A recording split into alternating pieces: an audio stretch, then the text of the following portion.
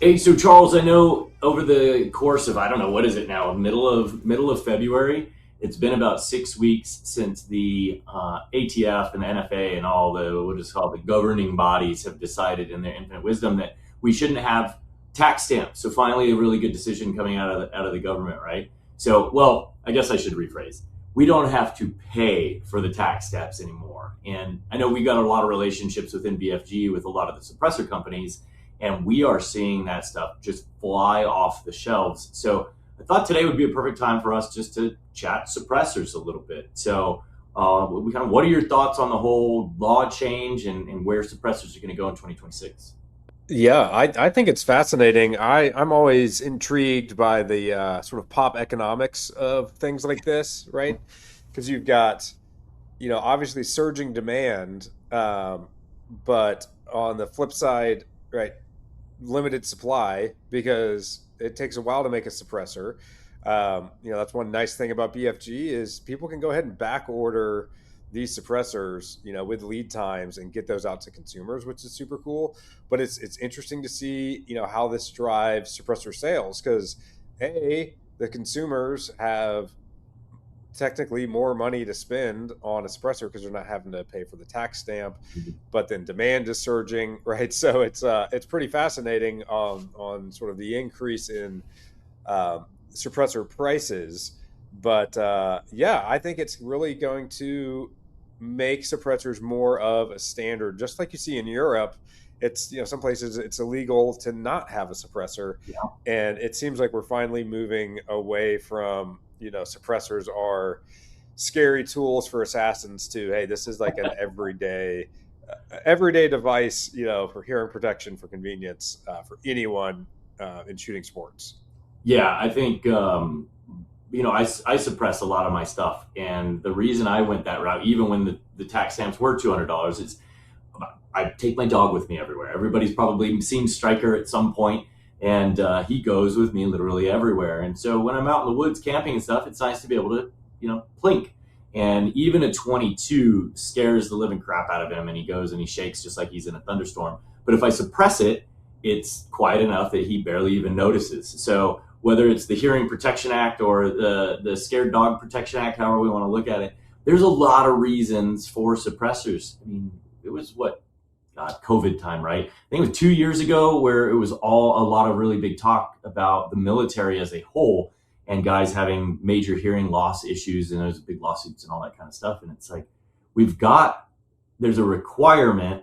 Loud things that relate to humans are usually required to be muffled. I mean, you can't drive around in your car without a muffler on it because it's against the law. Yet one of the loudest things that we have on our really in our daily lives as gun owners, at least, is a firearm, and it's the biggest pain in the butt to muffle it. And like you said, is it the assassin? Right? We all know about suppressors from movies, and I think there's so many good reasons to have one. But what I'm really interested about, obviously, we're seeing suppressor companies spring out of nowhere. We're seeing demand go up, prices go up.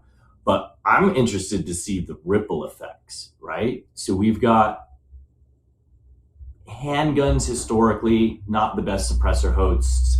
I know we've got Archon on the platform, and the design of their gun makes it a really good suppressor because you don't need a Simpson device. And we're not going to get into all the details of all the different devices on this call, but we will get into it in a future call, a future podcast. We'll probably bring on some of the guys from Northreach Manufacturing, some of the suppressor manufacturers to talk about it. But are we going to start seeing threaded barrels be the norm?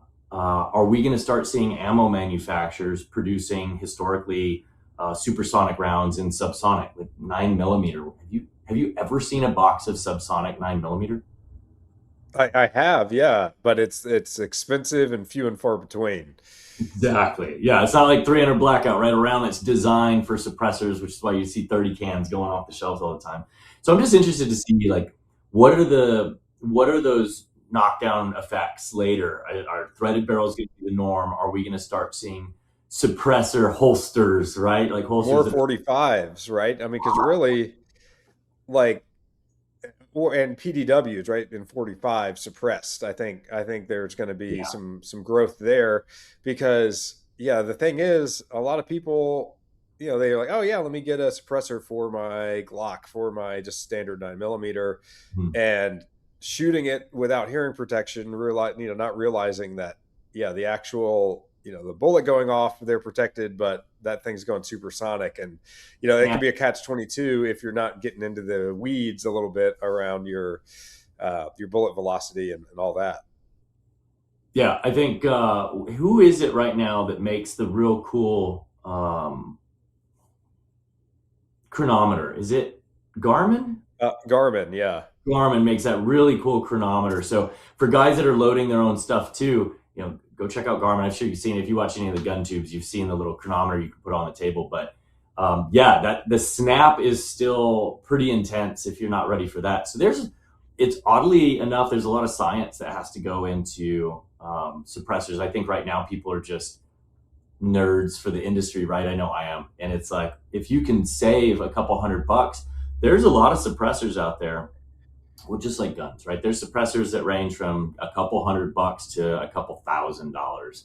So on the couple $1,000, obviously that delta of the $200 tax stamp wasn't really a big deal. But I think where we're seeing a big surge, of course, we don't have a whole lot of data, but where we're seeing that big surge is the lower cost suppressors, because it's such a big component of the cost. $200 tax stamp on a $200 suppressor is half, right? You're saving half on that suppressor. So Yeah. um, I don't And know. even having multiple suppressors, right? It just makes it Mhm. less barrier of, like, a lot of people will get one suppressor and swap that out depending on what they're shooting, but having essentially a dedicated suppressor for every firearm, Yeah. that adds a lot of convenience. Yeah. And unfortunately, you still, and I guess one of the things that you've got to dive into is the law is still there, right? So you're not paying $200, but you still can't cross state lines. You still do have to have a tax stamp. You still do have to go get fingerprinted. So it's not the end all be all like the Hearing Protection Act was originally intended to be, where suppressors just became another accessory that you were able to buy.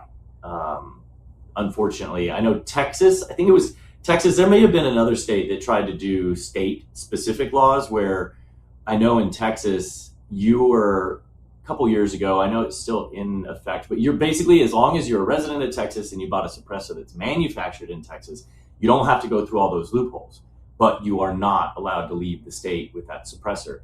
I've talked to a lot of Texas suppressor companies, and basically what everybody says is everybody's scared to be the first to try it because there Right. is still a federal law, right? It's the same as Yeah, the that CBD sounds like guys. that's some swampy territory there. I'll Swampy steer for territory. now. Exactly. So it's cool. I mean, we're on the right path, at least. I think we're, reducing the cost to ownership is a critical component. But man, just be careful, guys. If you're out there, we have seen the data, suppressors are flying off the shelves to the point where I don't know a single suppressor company right now that's not on back order. Um, but just remember, the law still applies, and the ATF and the NFA don't mess around with that kind of stuff. So just be careful. Make sure you're writing in and getting permission to leave state lines. Like, for instance, I'm in Utah right now, and then I head to Texas, and then from Texas I head to South Carolina.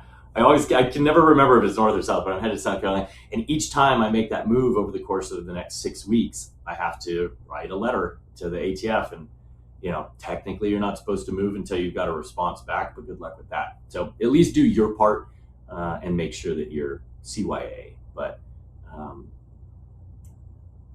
I don't. Archon, I think, is one of the cooler brands that is.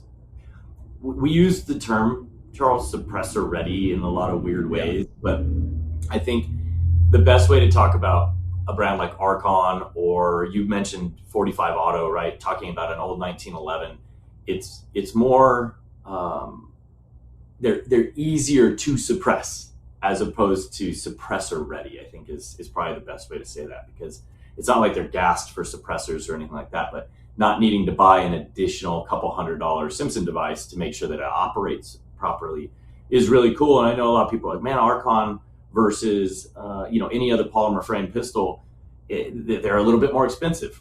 A, go shoot one and you're going to realize why. But B, if you're Yep. looking at a suppressor host, is it a couple $100 more? Yeah, it is.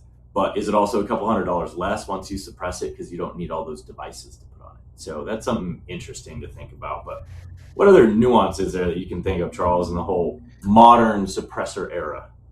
Yeah, I mean, I think it's just going to be interesting to see where it evolves. And yeah, if ammo manufacturers do start cranking out more subsonics, um, and we talked about a lot of small suppressor manufacturers coming online. We've got several on Buying Freedom Group, right? So if you are a suppressor manufacturer and you're wanting to get your product out into the market, definitely talk to us. But same thing for ammo manufacturers. I know it's like what is the Seller and Beloy Subsonic 9 is super popular, and like pretty good performance. And if you see a rising demand in 9 mil suppressors, it would make sense for a more like cottage ammo company to grab some of that market because they can spin that ammo up quick, get it Yeah. out to the dealers. So it's a double-edged sword, right? You got to have the same with 300 blackout, right? And prices and adoption. And so I think it's going to be a bit of a swirl, right? As people kind of figure out what's the new standard in Mhm. terms of suppressor hosts, etc. Yeah, what do you guys think about, if you haven't been to the Buying Freedom Group app, go check it out, buyingfreedomgroup.app. But as a retailer, you guys, you're obviously trying to get more suppressors. We have suppressors on the ecosystem.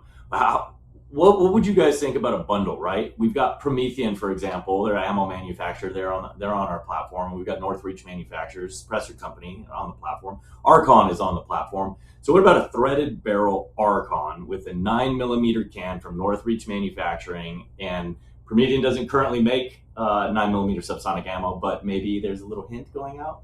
Like a box of Promethean subsonic, a suppressor, and a gun as a collaboration bundle, right? Is that something that would make it easier as a retailer to start working into this new era of suppressor stuff, right? Obviously, you have guys and gals coming into your store going, hey, I need a suppressor. Being able to say, like, here's a suppressor kit ready to go. You've got ammo, you've got the can, you've got a gun that shoots it really well, etc. Let us know what you think. If you think that would be something that's cool, we will definitely reach out to those companies and see if we can get a cool collaboration going and help you bring it to your shelves. But yeah, I think it's just neat. I will actually be. Let me click a couple buttons on my computer here real quick. I'm going to be at a show called Quiet in the Capitol in Austin, Texas. It's put on by the Capitol Armory, and I know there's a lot of really cool guys there. Hit me up. Silent to Co, Dead Air, Huxworks, Q. All of you guys I know are going to be there. So I'll come to your booths and say hi. But let's try and touch base before the show. And if you're interested in a suppressor and you're in the Austin, Texas area, definitely come out to the show. It's free. So come out, look at some suppressors. I think you're going to be able to shoot some of them. Don't quote me on that. But you can also, tap me on the shoulder and I'll have my laptop with me and we can walk into the system and show you some of the cool stuff that we're able to do. Otherwise, I think the key here is to just go get some suppressors and get out in the woods, Charles, and shoot at some stuff. Very cool. Well, guys and gals, thanks again for tuning in. We're going to keep this one short. We just wanted to bring you some information, make sure you're, covering your ass. So go get a suppressor, but make sure you're carrying that paperwork with you and doing all that stuff. We've got some very cool stuff coming for suppressor covers as well. I can't say too much more at the moment, but tune in on March 11th, and wherever Anna decides to put it, there will be a link to a webinar we're going to have. It's March 11th. We'll be doing it with the Coreware ecosystem, so one of our integrated partners. And we'll be talking suppressors. We'll have a suppressor company there. They're going to be giving something away for free. We're going to have a couple gun manufacturers there giving some stuff away for free. So definitely click the links wherever they are on your screen, get registered, and let's go shoot the flag.